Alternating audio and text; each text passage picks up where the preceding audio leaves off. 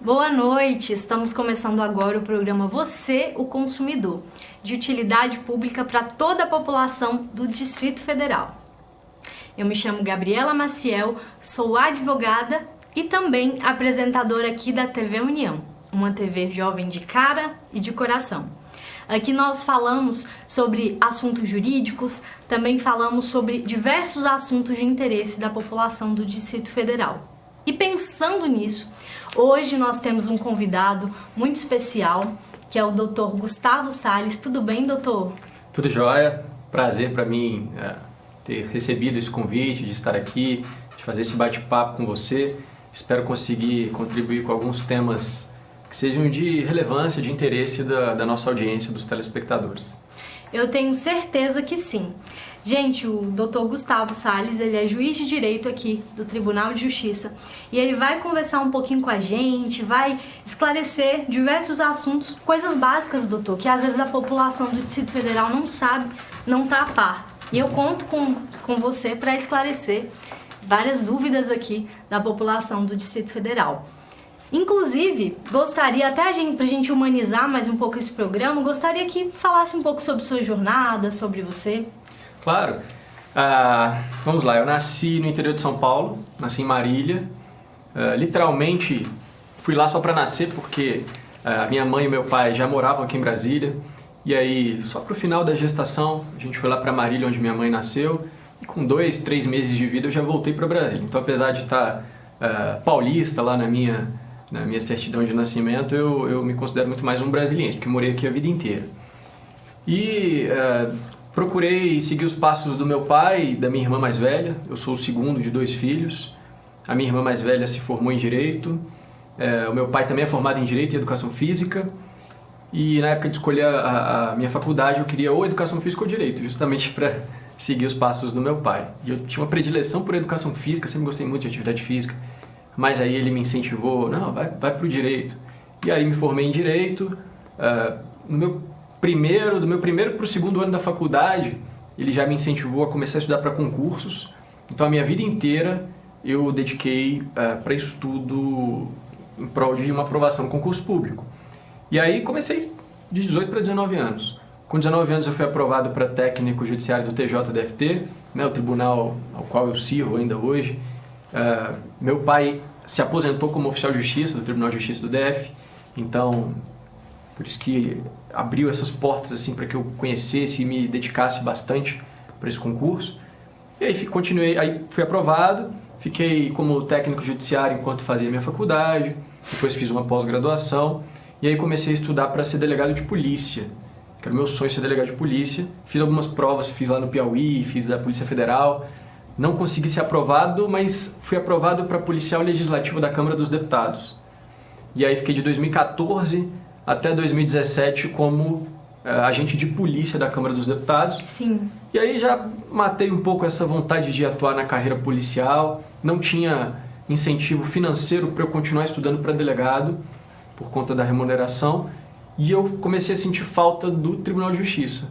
E aí, mais uma vez, me empreendi nessa tarefa de estudos e voltei a estudar agora para magistratura, porque o meu sonho era voltar para o Tribunal de Justiça do DF, mas como juiz. E aí fiquei estudando 2 anos, bastante, o máximo que eu podia estudar durante o dia e durante a noite, e consegui algumas aprovações. Fui aprovado para promotor de justiça em Goiás, para juiz federal do TRF da 4ª região, estava bem afiado nos estudos mesmo, as provas que apareciam estava indo bem. E aí pude escolher, passei também no TJDFT, pude escolher e aí voltei como juiz. E nessa preparação para a magistratura, eu comecei a lecionar também, comecei a dar aulas de Direito Constitucional, depois de Direito Administrativo, que são as 2 disciplinas que eu leciono. E desde agosto de 2017, então, que eu faço essa dupla jornada como magistrado e como professor. Como professor. Que bacana, doutor. Parabéns. Obrigado. E outra coisa que, já que você tocou nesse ponto, vamos mostrar aqui. Gente, o doutor Gustavo, ele é escritor, né, doutrinador, digamos assim. Olha esses livros aqui, ele mais do que ninguém pode falar um pouquinho pra gente, eu gostaria que ele comentasse um pouco. Mas olha o tamanho, né, realmente ele tem paixão por lecionar, por escrever. Assim que eu comecei a lecionar, o professor começa a montar a sua base de aulas, né, começa a montar o seu programa, e aí eu fui colocando isso aos poucos por escrito.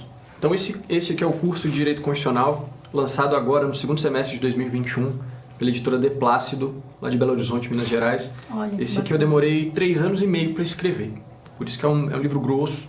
Ele é voltado para quem está na graduação, quem está iniciando os estudos e quer uma linguagem mais fácil, acessível, mas ele também aprofunda bastante alguns temas que são relevantes para quem vai fazer concurso para a magistratura.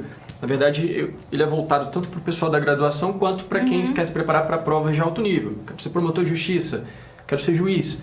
E aí precisa se aprofundar em vários temas, por isso que eu me dediquei bastante para esse livro. E esse outro é o Manual de Direito Administrativo. Também lançado em 2021, só foi mais recente, foi em fevereiro, pela editora SEI, também, curiosamente, de Belo Horizonte, Minas Gerais. Esse aqui é bem voltado para concurso mesmo, por isso um pouco menor, mas grande, também 900 páginas. Esse aqui é para quem quer fazer concurso para técnico judiciário, para analista de Ministério Público, para delegado, para defensor, para cartório, para todos os concursos também. Então eu gosto de escrever muito para a área de concursos públicos. Embora no futuro eu tenha muito interesse em escrever coisas não voltadas para o direito, histórias, temas de filosofia, enfim. Tenho essa vontade no futuro. Que são bem interessantes, inclusive. Mas é bacana para a vida, eu acho, do estudante, porque um profissional que se preze, ele tem que estudar a vida inteira. Ele tem que sempre estar se atualizando, principalmente no direito ali, que a gente está lidando com leis que mudam a todo tempo. E então é interessante para toda pessoa que está aí na área jurídica realmente se inteirar sobre isso. Doutor, e o senhor é juiz aqui no Tribunal de Justiça, um juiz novo, o senhor tem 33 anos? O senhor tem 33 anos. É um juiz inspiração, inclusive, para outras pessoas que estão estudando, que almejam cargos como esse. E não só isso, tem a oportunidade de vir com uma nova mentalidade. A gente sabe que geração em geração, eu acho que as pessoas jovens têm muito a acrescentar. Às vezes chega ali com uma visão diferente, que outras pessoas pensam, nunca tinha parado para olhar por esse prisma. Então é muito bacana. E aí eu gostaria que você explicasse um pouco para a população o que faz um juiz.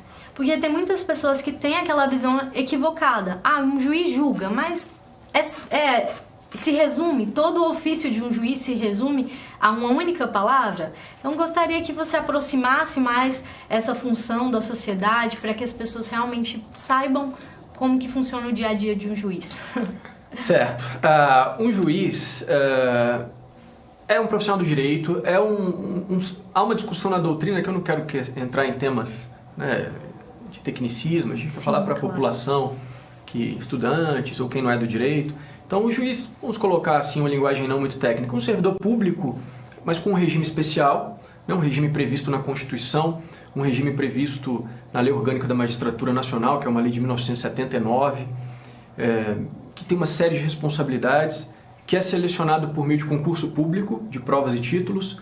Em alguns estados, quando eu falo estados, em alguns outros países, os juízes são eleitos como governadores, como deputados. Aqui no Brasil não, aqui os juízes são aqueles que prestam um concurso público e são aprovados para começarem a exercer a sua função. É um concurso que demanda diversas condicionantes. A Constituição exige, por exemplo, 3 anos de atividade jurídica. Então não basta que você se forme em direito, né? Você ainda tem que, depois de formado, continuar por 3 anos exercendo atividades jurídicas. E assim que ingressa na magistratura, você começa a decidir os casos concretos que lhes são levados a julgamento, que são justamente aquelas situações, aqueles problemas que a população não consegue resolver por si própria. Sim. Então, toda sorte de problemas, como questões criminais, que não admitem uma vingança privada, uma justiça privada, questões envolvendo um contrato que não foi cumprido, questões empresariais, litígios entre vizinhos, música alta ali do vizinho está incomodando o outro. Então, questões de família, o pai e a mãe se separaram, quem vai ficar com a guarda, como é que vai se dar a repartição, a divisão de bens. Então, todo tipo de matéria litigiosa que as pessoas por si só não conseguem resolver, como uma batida de trânsito, as pessoas não conseguem resolver ali na hora porque um acha que o outro errou, isso tem que ir para um terceiro decidir. Sim. E esse terceiro, no nosso sistema constitucional, é justamente o juiz. Agora, como você falou muito bem, o juiz ele não se limita a só julgar os casos concretos. Primeiro porque tem todo um procedimento até o processo chegar na fase da sentença. Então, hoje em dia, até o Código de Processo Civil de 2015 traz essa realidade. O juiz resolve muitos processos nas audiências de conciliação. Sim. Então, há um papel de conciliador que o juiz tem que empreender para que as partes consigam resolver aquele conflito da melhor maneira possível, sem precisar que um terceiro imponha a solução para elas. Além disso, além de o juiz ser um administrador da justiça, ele também é um administrador de pessoas Sim. e de recursos materiais. Né? O juiz ele não trabalha sozinho, é bom que isso fique bem claro para a população. O juiz ele não fica sozinho no seu gabinete, existe uma equipe muito grande de servidores, técnicos, analistas, de auxiliares credenciados, os peritos. Né? O juiz não sabe se houve um erro médico em um determinado caso que levou a um problema, a um dano a alguém. Ele precisa de um perito, um médico que vai estudar o caso e vai elaborar um parecer para amparar a decisão do juiz. Claro. Então existe toda uma equipe e é até humanamente impossível que o juiz consiga sozinho dar conta de uma vara civil aqui em Brasília, por exemplo, tem 3.000, 5.000 processos. Como é que o juiz sozinho vai resolver? Então tudo passa na mão da assessoria de confiança do juiz, ela já faz a pesquisa, muitas vezes já faz a minuta da decisão e o juiz analisa, corrige e assina, assumindo a responsabilidade também por esse trabalho da equipe. Então é um gestor da equipe e ainda, além de um administrador da justiça, um administrador de pessoas e de materiais, o juiz também, principalmente no papel após a Constituição de 88, ele é o juiz e os tribunais são catalisadores dos demais poderes. Esse é um papel que a gente pode até discutir também, de como o judiciário acaba se relacionando com outros poderes em prol do cumprimento de direitos e deveres fundamentais. Muito bom, doutor. O senhor explicou de forma bem clara para que as pessoas possam entender, para que as pessoas realmente tenham o conhecimento de como que é o dia a dia, o que realmente um juiz faz, que essa é a proposta aqui do nosso programa. E agora a gente vai para o intervalo, mas não saia daí, porque no próximo bloco tem muito mais.